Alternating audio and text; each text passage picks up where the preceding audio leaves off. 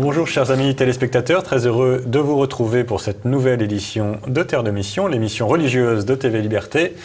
Au programme aujourd'hui, nous recevons de nouveau le frère Baptiste de l'Assomption qui vient nous parler de son apostolat à la Revue du Carmel.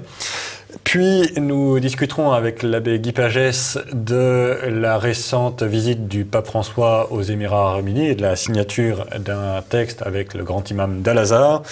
Et enfin, nous parlerons avec Mathilde Lemaire, une chanteuse et metteuse en scène du spectacle qu'elle organise en ce moment sur le spectacle sur Sainte-Thérèse qui s'appelle Ma Petite Voix.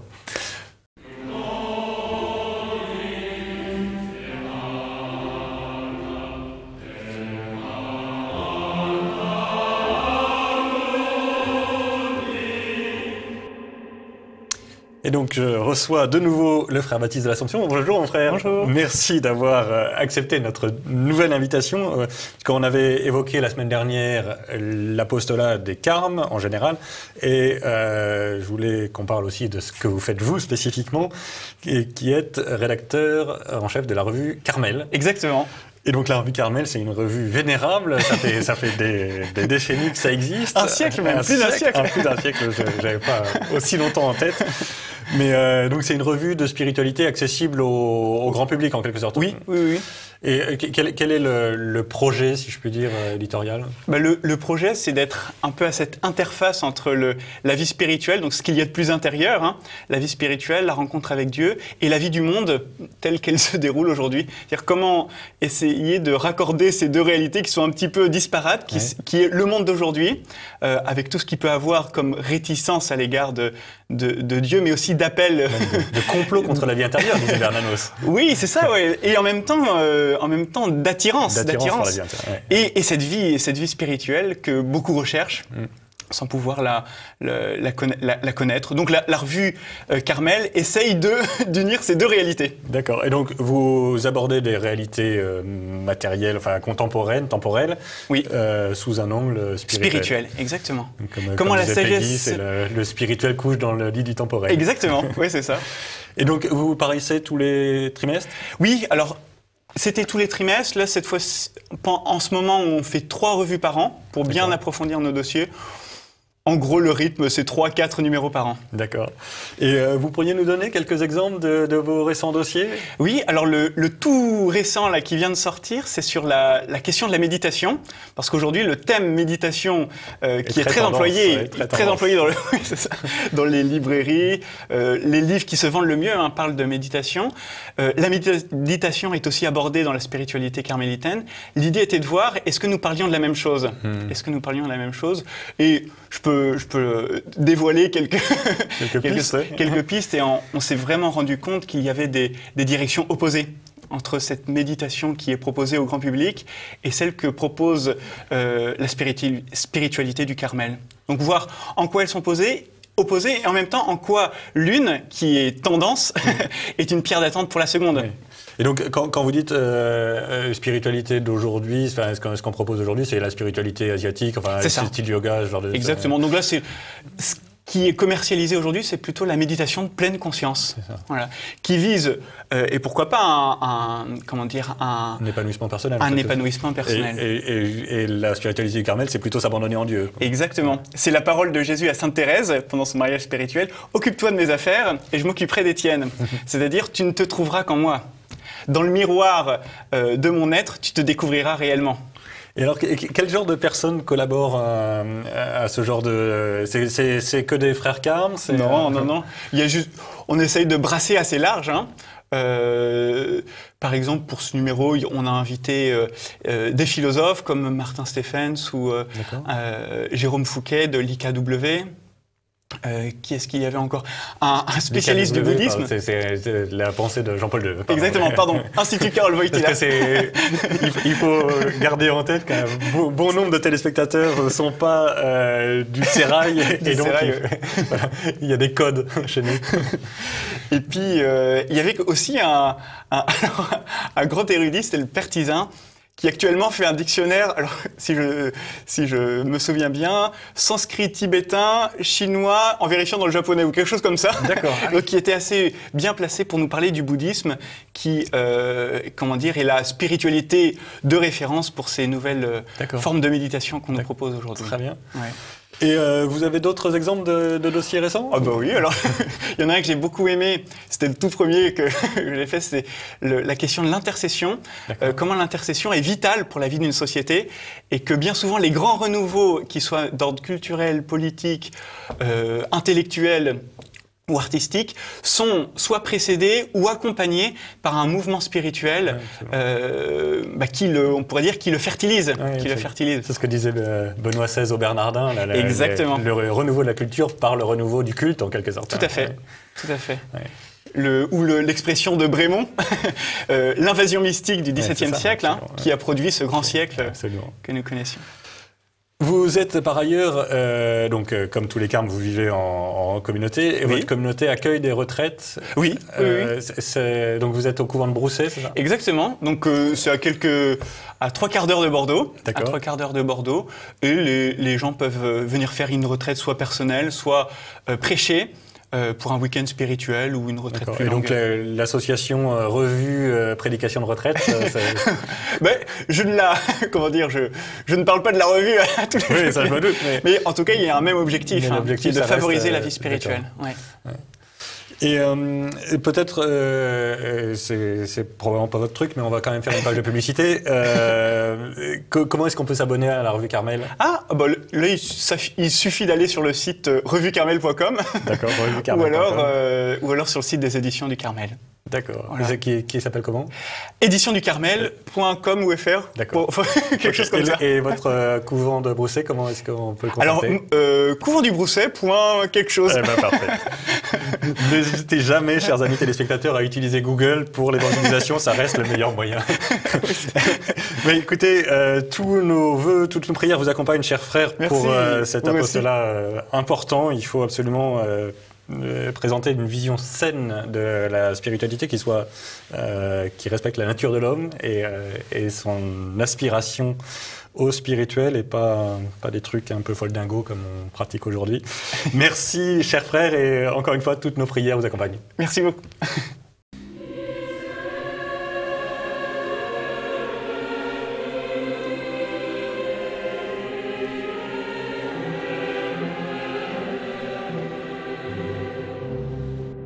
Je me tourne maintenant vers l'abbé Pagès. Bonjour, monsieur l'abbé. Bonjour, Guillaume. Merci beaucoup d'avoir accepté notre invitation. On va parler aujourd'hui, donc on est dans la séquence sur l'Église universelle, et parmi les événements récents dans l'Église universelle, il y a cette visite un peu unique du pape François aux Émirats arabes unis. Visite qui, de mon point de vue, est un peu ambivalente. C'est-à-dire que d'un côté, on peut espérer que la situation des chrétiens en terre d'islam s'améliore, les Émirats arabes unis pouvant être une voie, il y a la possibilité d'avoir un culte chrétien dans les Émirats arabes unis. Et de l'autre côté, il y a cette déclaration co-signée avec l'imam Al-Tayeb d'Al-Azhar, le grand imam d'Al-Azhar, donc officiellement la plus grande autorité sunnite, comme on dit toujours. Et texte qui est un peu troublant quand même, il faut dire les choses comme elles sont. Et donc voilà, je voulais qu'on parle un peu des deux aspects. Peut-être d'abord l'aspect troublant. Donc il y a cet aspect, monsieur l'abbé, qui moi m'a sauté au visage sur le pluralisme de droit, que Dieu a créé des fausses religions, si je comprends bien. Tout à fait. Et comment vous interprétez ça? Alors il faut savoir que cette doctrine appartient au Coran.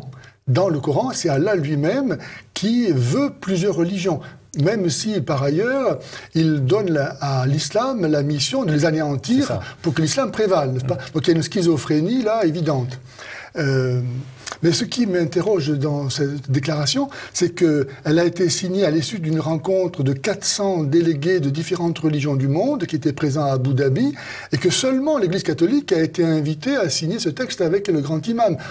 Si les questions de fraternité, on ne voit pas pourquoi les 398 n'y ont pas eu part. C'est quand même étonnant que l'Église catholique soit elle seule prise à partie ou à caution pour finalement donner à Al-Azhar la possibilité je crois, d'embrayer cette révolution religieuse qui a été demandée par Al-Sisi dans son le magnifique, chef d'État égyptien. voilà, dans son magnifique discours du 1er janvier 2015. Mais est-ce que vous pensez vraiment que c'est parce que là aussi, ça peut s'interpréter de plusieurs façons. On peut se dire, enfin, l'interprétation la plus favorable, ce serait de se dire, le discours d'Al-Sisi a porté, et donc Al-Azhar fait des efforts pour essayer et donc elle se cache un peu derrière le pape, mais enfin, l'objectif, c'est quand même d'arriver à faire en sorte que l'islam respecte la loi naturelle, respecte la dignité des consciences, etc. Oui.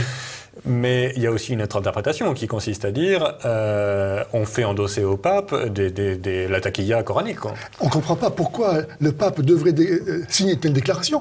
Que je sache, personne ne reproche à l'Église catholique d'être le foyer de terrorisme, de violence, etc. Donc pourquoi est-ce que le pape a-t-il besoin de signer cette déclaration? C'est très curieux, oui. Pourquoi est-ce qu'ils se sont obligés de signer ça? Personne ne lui reproche d'être la cause de mouvements terroristes dans le monde, n'est-ce pas? Donc, alors, en même temps, on peut penser que si Al-Azhar a besoin de signer cette déclaration en même temps que l'Église catholique, ça veut dire, finalement, est-ce que son intention est vraiment sincère de se démarquer de ce qui est condamné dans cette déclaration? Pourquoi il n'est pas capable de le dénoncer tout seul? Oui. Alors on peut aussi penser que c'est une reconnaissance, j'allais dire un hommage du vice à la vertu, la reconnaissance de la vraie religion. Effectivement, pourquoi seulement l'Église catholique est impliquée dans cette affaire, ça montre bien qu'elle a de l'importance pour l'islam. Mais en même temps, ce qui est dommage, c'est que dans cette déclaration, le pape va signer des affirmations qui sont contraires à la foi catholique. Par exemple, comme vous le disiez, le fait que la pluralité religieuse est voulue par Dieu. Alors qu'on ne voit pas, si c'est le cas, on ne voit pas pourquoi ensuite Jésus veut que tous les hommes soient un. Et qu'ils disent qu'il y aura un seul troupeau et un seul pasteur. Alors le problème, c'est que si Dieu veut la pluralité religieuse, la mission n'a plus de sens. Bien sûr. Comment aller convertir quelqu'un dont Dieu veut qu'il soit musulman ou bouddhiste ou hindou. Oui. La seule interprétation raisonnable du pluralisme, c'est que Dieu l'a permis, mais c'est pas du tout la même chose. C'est un mal qui est permis. Exactement.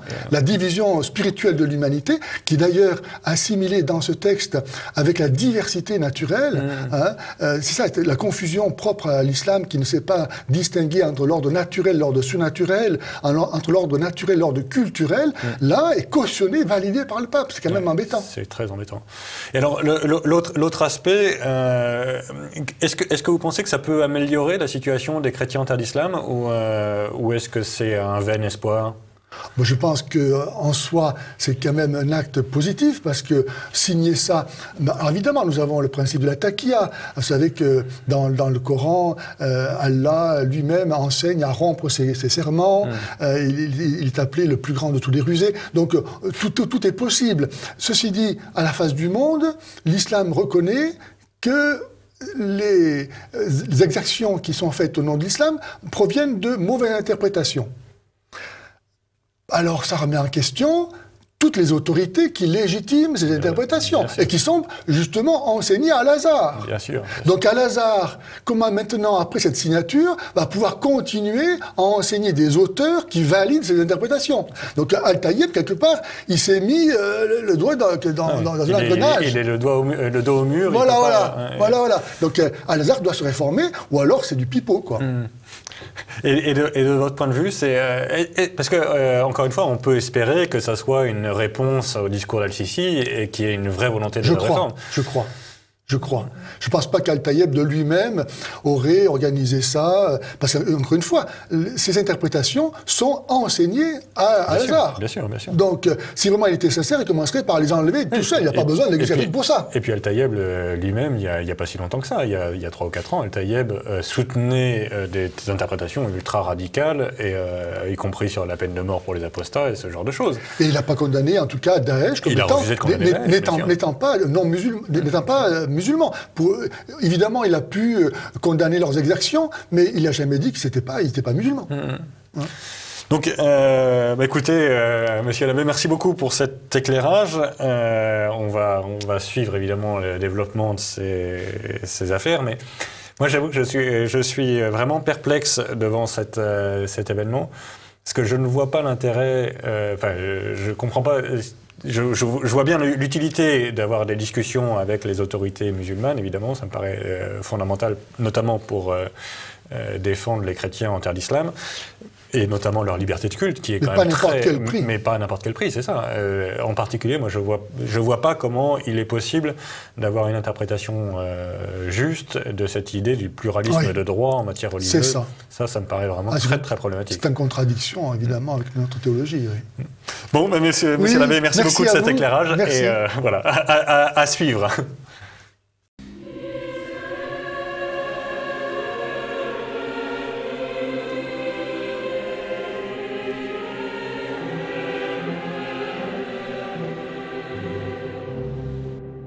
Bien, nous revenons sur le plateau de Terre de Mission et notre séquence un peu magazine sur l'Église en marche est aujourd'hui consacrée à une initiative très originale de Mathilde Lemaire qui fait un spectacle musical autour de Sainte Thérèse, alors qui s'appelle Ma Petite Voix VOIX, évidemment en allusion à Ma Petite Voix VOIE de Sainte Thérèse. Mais donc Mathilde, vous êtes d'abord bonjour. Bonjour. Et merci d'avoir accepté notre invitation. Vous êtes chanteuse, vous, tout à fait. Metteuse en scène aussi ou par par le spectacle, c'est vrai que c'est moi qui ai écrit le spectacle, qui ai fait la mise en scène et qui suis chanteuse et narratrice dans le spectacle. Alors, d'abord, comment est-ce que vous en êtes venue parce que c'est quand même pas un truc c'est pas commun, c'est peu de le dire. Disons que moi j'avais l'habitude d'enregistrer pour les éditions ADF Bayer Musique. J'ai fait à peu près 35 albums pour eux, religieux, chants pour enfants, chants sacrés. Et puis, donc le patron de la boîte est venu vers moi en me disant, voilà, on a un compositeur parisien qui a mis en musique plusieurs poèmes de Sainte Thérèse et on aimerait que tu les interprètes. D'accord. Et donc, j'ai découvert les textes. Je connaissais Sainte Thérèse, mais je ne connaissais pas la totalité de ses poèmes. Et c'est vrai que j'ai été de suite, d'emblée, portée par les poèmes et j'ai voulu, en tout cas, dans un premier temps, faire le CD.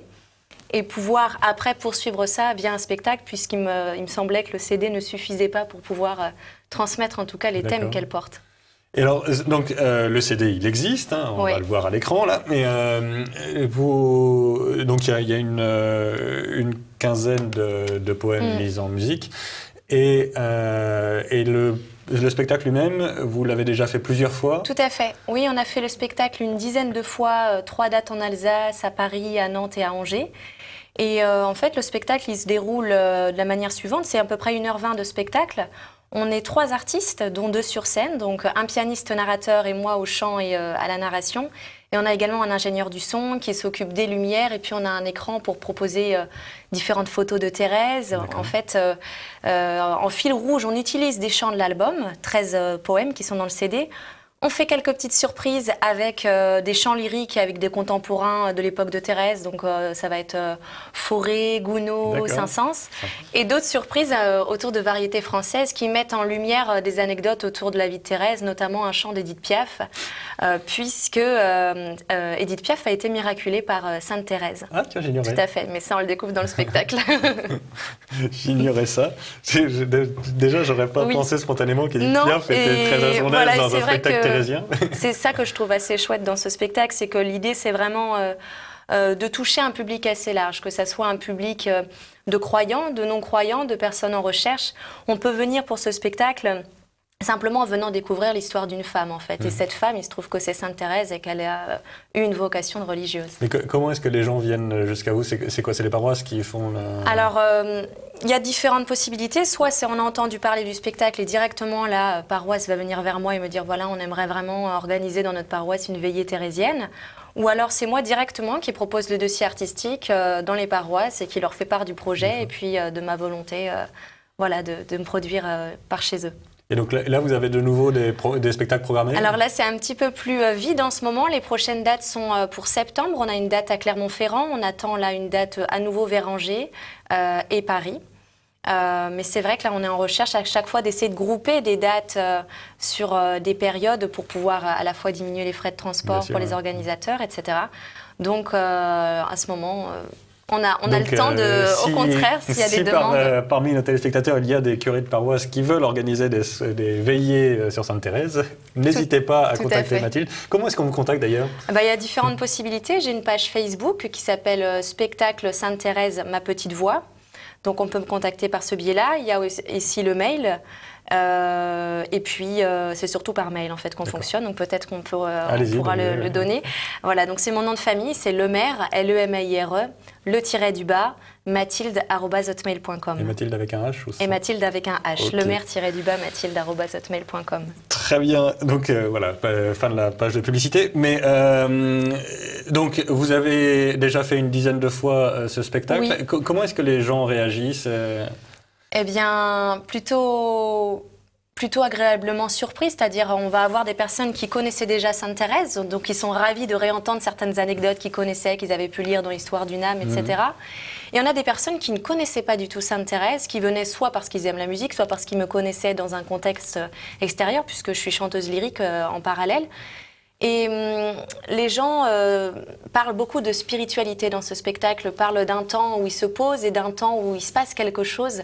En fait, Thérèse, elle touche les âmes, elle crée de l'espoir en fait chez les gens. Et c'est vrai que c'est souvent ces messages qui sont véhiculés à la fin. C'est on revient avec du baume au cœur. D'accord, c'est intéressant. Parce que c'est quand même pas facile de s'adresser à des populations aussi différentes que des gens qui connaissent bien l'histoire d'une âme et des gens qui ne connaissent pas. Enfin, c'est vrai, mais du coup, vu qu'on a fait ça sous forme de spectacle, ça se veut artistique et en même temps théâtral. Donc du coup, voilà, les gens viennent voir une prestation et finalement reçoivent un message. Il y a également toute une poésie autour des différentes images qui sont véhiculées en fond de scène avec des jeux d'ombre. Donc on a vraiment un spectacle total. Très bien. Écoutez, Mathilde, on va vous souhaiter la plus longue continuation possible de ce spectacle, le meilleur succès évidemment.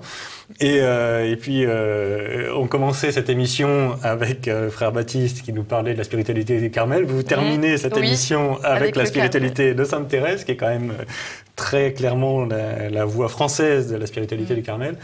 Merci beaucoup. Et on va écouter peut-être pour terminer un peu de chant de ce CD. En tout cas, merci beaucoup d'avoir répondu à notre invitation et tous nos vœux pour les prochains spectacles. Merci beaucoup. Et chers amis téléspectateurs, nous nous retrouvons dans 3 semaines. La semaine prochaine, c'est Jean-Pierre Mogendre. Et d'ici là, que Dieu nous garde.